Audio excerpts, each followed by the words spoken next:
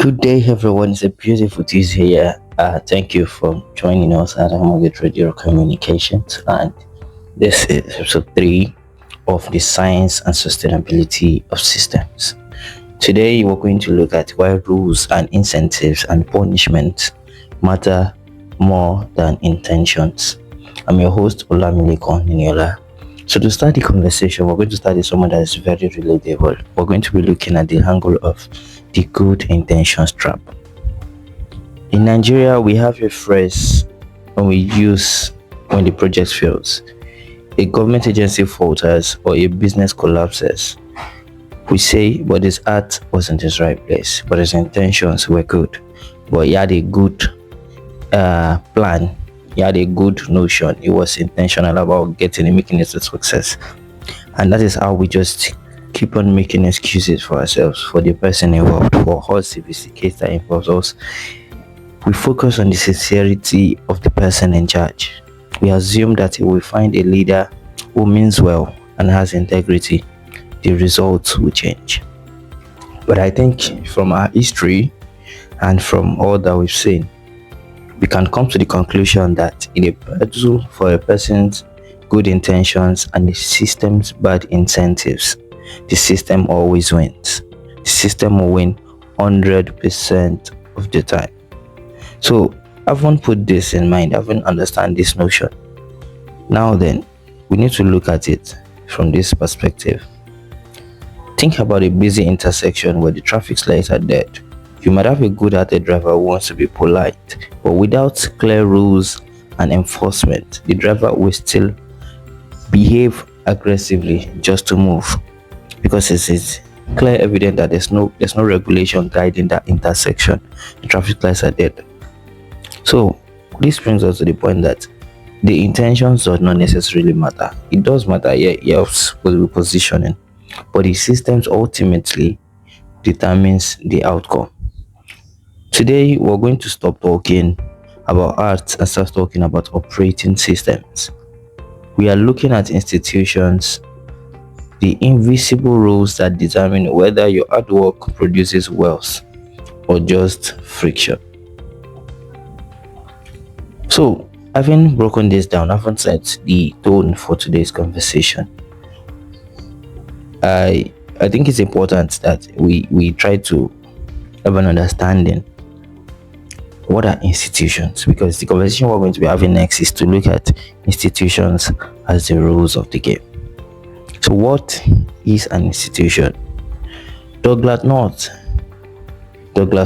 defined it simply. He said, institutions are the rules of the game in a society, the humanly devised constraints that shape human interaction. Let's bring it home a bit. Think of football. The players are the actors, the strategy is the policy, but the rules, the offside rule, the fouls, the referees, the linesmen, the VAR, and other rules that are put in place are the institutions. It can change the players, but the games remain similar. Change the rules and the behavior changes instantly. At Harmogate, we separate institutions into two layers. We have the formal rules and the informal rules. The formal rules here entails the laws, the constitutions, the contracts, the SOPs, while the informal rules are looking at the culture, the habit, the belief system, the thought process, how things are really done. And here's the uncomfortable truth. If your formal rule says no corruption, but your informal rule says, hello, there's a way around that thing that they said, then the real operating system in that place is the informal rule. You're not governed by what is written. You're governed by what is enforced. So having understand or put an understanding in place that the institutions are the rules of the game, therefore, I think we can now confer the conclusion that if the rules are void, if the rules are not enforced, if the rules are not clear and not put in place such a way that there's an understanding of it, then clearly the the society will be in chaos. The society will be chaotic because everyone would want to find their way around it. So we've been able to understand what institutions are and how they operate, how they influence all of it. Now, while strong institutions beat good intentions every time, let's even look at it. Let's look at it even further this time. Let's say, why can't we just rely on good people? Because goodness is not scalable. It can't be extended. A good person can run a small organization. A good person can run a small operation. But a nation or a large organization requires systems that work even when people are imperfect. I think this imperfection needs to be broken down further. Systems that work when people are callous. Systems that work when people are selfish. Because it's important to note, let's say a particular term from last quarter's theme that we talked about, or we broke down the defensive pessimism. We agreed that the idea of defensive pessimism is understanding that, or assuming the worst in people, then putting systems or structures or institutions in place to ensure that these people are kept in check, to ensure that their actions are checked. As such, then we can limit the level of selfishness or callousness in this, because they understand the effect of their action. They understand that there are consequences that come with all of the actions that they take. Consider two systems: a traditional market where you only trust people you know, and a stock exchange market where you trade with strangers. I think it is clear evident that in the market, the trust is personal, and in the exchange, the trust is institutional.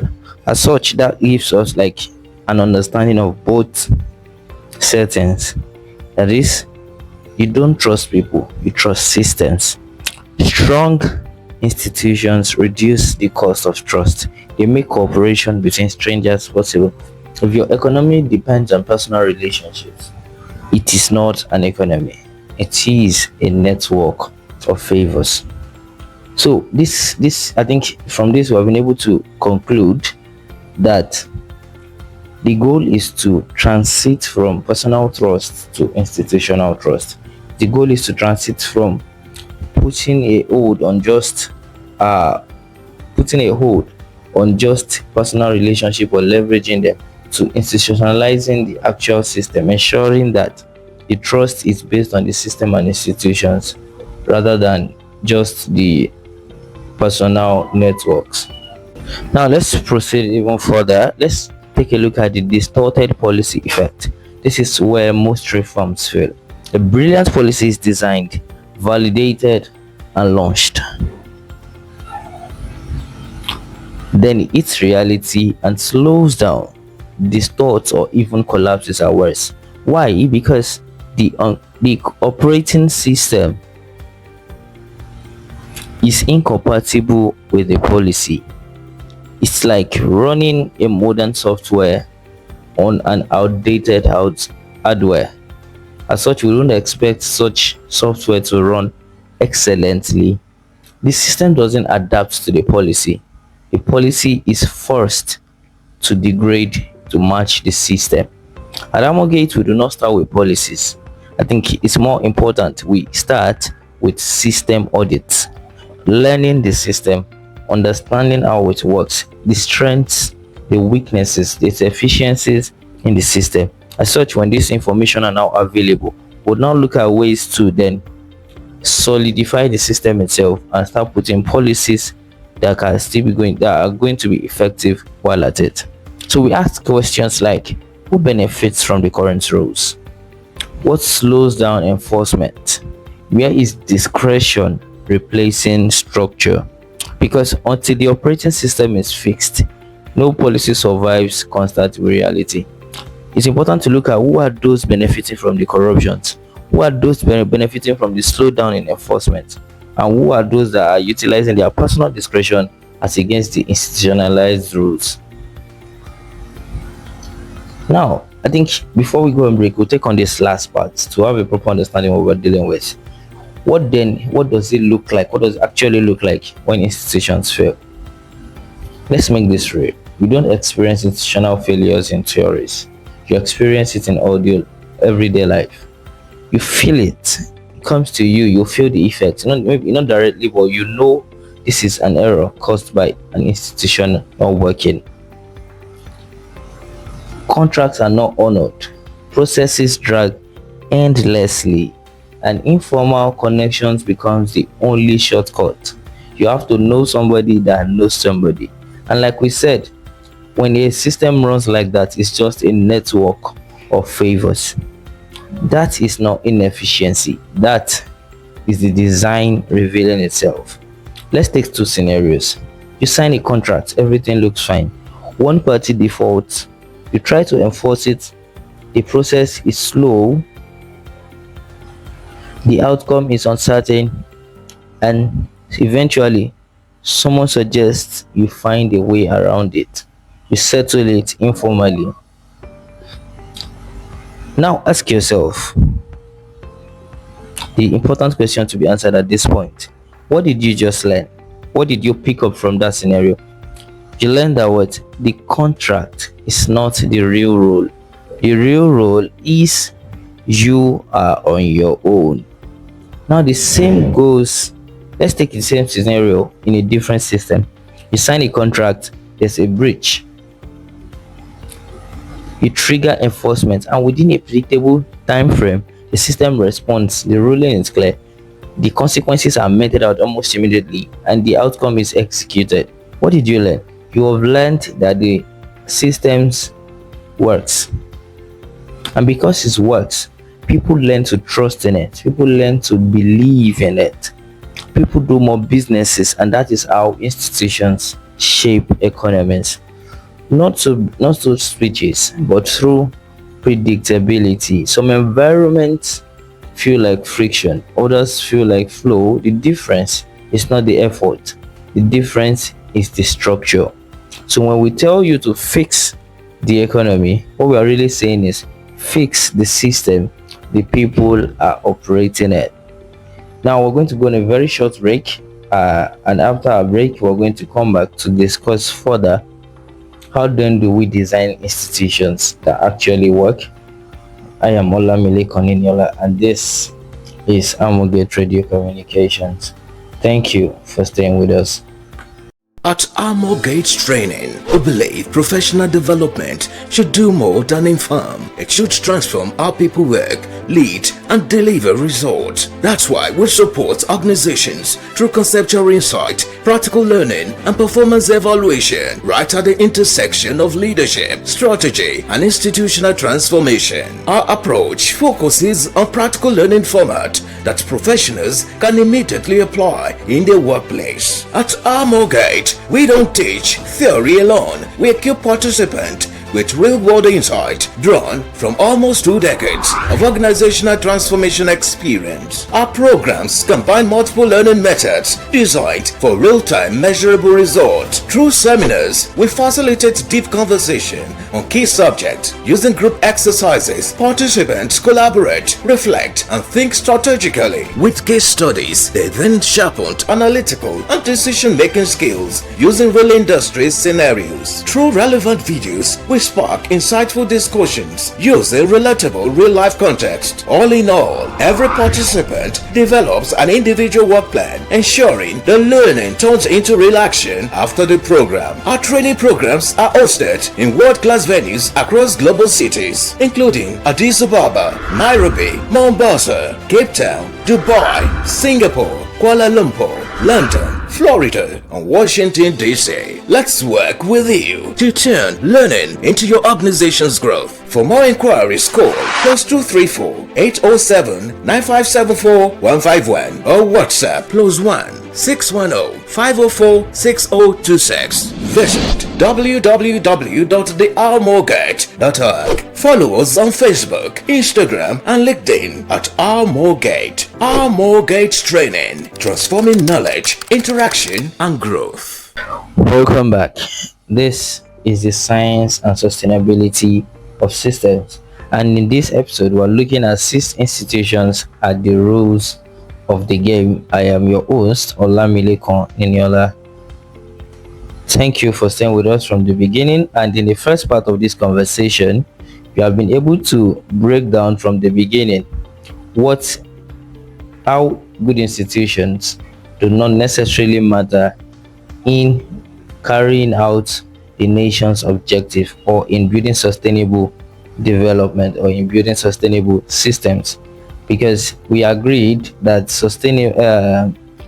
good intentions are not scalable. Then we proceeded to define institutions. We worked with the Douglas North's definition that said that they are just the rules of the society. Then we broke the rules of the institutions into two. We explained that there are formal rules and there are informal rules, and we explained why strong institutions would always build good intentions. Then moving on, we talked about the distorted policy effect. We established the need for a systems audit as we do it in Armorgate, understanding that we need to look at the important questions to be answered as per the systems. Who are those benefiting from the current rules?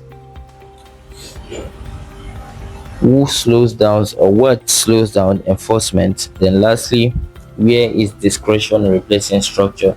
I haven't provided answers to those questions. We'll be able to audit the system and understand where the issues are coming from. We proceeded to discuss why institutions fail and what does it look like when institutions actually fail. We gave examples and we were able to bring it to our own reality and show how we all feel the effect when the systems are not working. So we established the importance of ensuring that people can trust in the systems. Then from there, now we're going to be looking at what then is the process of designing institutions that work. How do we move from diagnosis to design? So the thing is simple. Let's stay from here. If you were asked to build a system that actually works, where do you begin? The most reasonable place to start from would be clarity. Because if people cannot understand the system, they will improvise. And improvisation is the beginning of institutional collapse. Then we ask the important questions. What does the system reward? Because the systems do not behave on intentions. Rather, they behave on incentives. You want people to do good, incentivize doing good. You want them to perform better, incentivize performing better. You want them to own things more, incentivize ownership. So if loyalty is rewarded more than performance, then you will get loyalty systems. If silence is rewarded more than the truth, then you will get silence systems. Every systems get the behavior it rewards. Then from clarity, we can then move to enforcement. Everyone wants rules. Everybody says, let's put rules in place, let's set rules in motion. But important question to ask is, how then do we move from just setting rules to consistent enforcement? Because once enforcement becomes selective or subjective, then the systems stops being a system, becomes a negotiation, and negotiation is the beginning of collapse. There needs to be a firm hold on the implementation of or enforcement of the rules, because when this is in place, when it is understood that no matter who or what is in question, the clear rules as designed by the system will be implemented as it is, then the system is trusted, it is believed in, Then lastly, we would need to look into information, or rather second to the last. Information, in some systems information is hidden, in others it is delayed, and when decisions are made in the dark or guessworks are done, then clearly it is clear evidence that failure is guaranteed. So it's important to understand that we need to circulate information, we need to make information available, because when information is visible, systems begin to regulate themselves. Transparency does not just expose the problems, it prevents them. In a particular episode in the last quarter, I recall having a conversation about, we're looking at building the judicial systems, and we made some examples about what if we are living in a Nigeria where institutions, it is clear evidence, there's a dashboard, or there's an online or available information dashboard that tracks all judicial cases, that tracks all cases that are going in, the rate of implementations of the court rulings. Then we would understand that we can reignite, or we can reignite the belief and the trust in the judicial system. So transparency does not just expose problems, it prevents them entirely. And the next thing we need to look into is the power. Who enforces the rules? If the same actors make, benefit from, and enforce rules, then you do not have a system, you have control. And control is fragile. Control is too reliant on the same actors, and as such we will now go back to the factory setting of being reliant rather on charisma or good intentions of the leaders. And now we're trying to look into situations, or we're trying to look into systems that works regardless of who is at the helm of affairs. Then finally, another thing we need to look into is durability. What happens if leadership changes? Take a case study in a country like Nigeria, where we have elections every 4 years. Are we switching up systems every 4 years?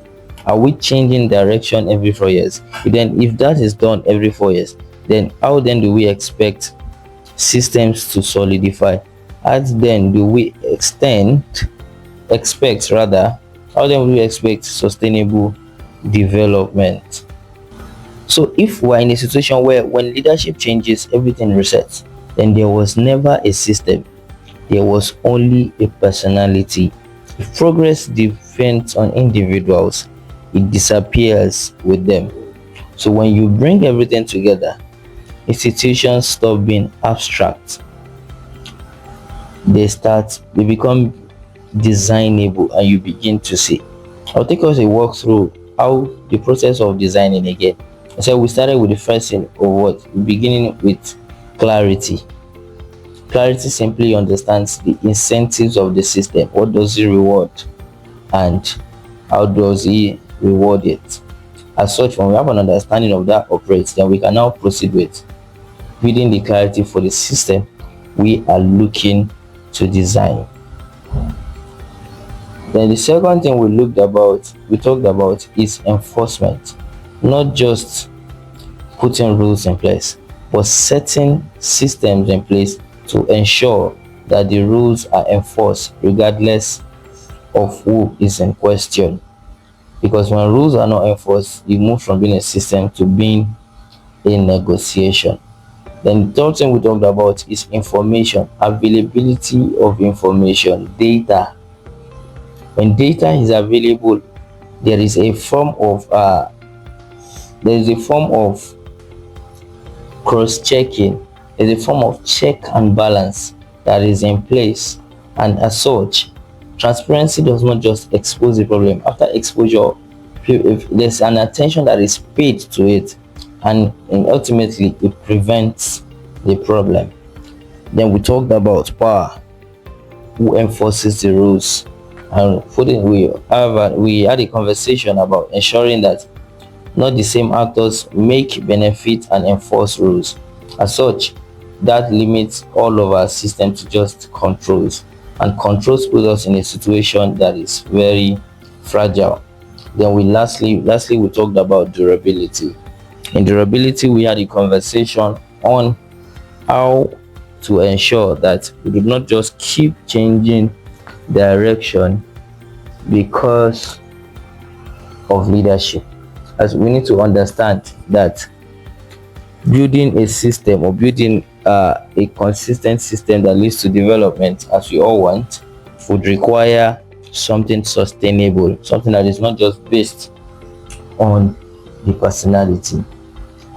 Then you now, with all of this, system becomes designable. Then we begin to see that performance is not accidental. Failure is not random. It's as a result of the loopholes in the systems that are in place. Outcomes are not mysterious, they are engineered. And finally, in this principle, we're going to be talking about how it's important not to ask for better people in a broken system. Rather, we design systems that even an average behavior produces excellent outcomes, or even worse or bad behaviors or selfish interests of individuals are controlled, are cut back, because systems have been put in place to ensure that they are held responsible for their actions. There is transparency. The populace are able to track using availability of data and information. They are able to track whatever is going on, and as such, people are held responsible. So we're not just exposing those that are falling behind, but also ensuring that there is enforcement of the regulations that are put on them. So all of this gives us a better positioning idea, understanding the psychology of how system operates, then how to design systems that are sustainable and also productive. It might sound so little at the moment, but the little things, when taken care of, ultimately put a grip on the bigger ones. As we close this episode, then the lesson is simple but quite uncomfortable. Institutions matter more than intentions, because intentions can change anytime. Intentions are unpredictable, and secondly, we cannot be so certain of what the intentions are. It's not trackable, it's not reliable. There's no way to hold it responsible, or how to see it through, because anyone could pretend, anyone could say anything, anyone could lie. But we're trying to look at systems that persist, systems that are set in such a way that even if you come on board with a bad intention, in fact, before you, it showcases you, it exposes you, and when there's that exposure is in place, it gives you a limit, a check and balance, as such that you would have to conform with the regulations of the system. And in the long run, it's not only the system that matters the most, it is what the system makes possible. It is how the system that is designed then ultimately redesign the society, because it's like a reverse psychology. It's a cycle. We engineer systems that are good, then in turn it shapes our society to be better. We engineer systems that are bad, and in turn shapes our society to be worse, because it's important to acknowledge all of these realities. So, like I said earlier, in the long run, it's not really the system that matters the most, it's what the system make possible. I am Olamilekon Inyola, and do not just be a participant in the systems, be a designer of the system, be someone that understands how the system works. So you don't just not just react to it, you respond, you make calculated decisions, because you understand it and you understand positioning around it. See you in the next episode of the science and sustainability of systems. This is Amogate Radio Communication. I remember at Amogate, we help you optimize your systems, we help you implement betterment of your workforce. We take you from where you are to where you want to be, and we do not just work for you, we work with you. Thank you very much for staying with us. See you in the next episode. Thank you.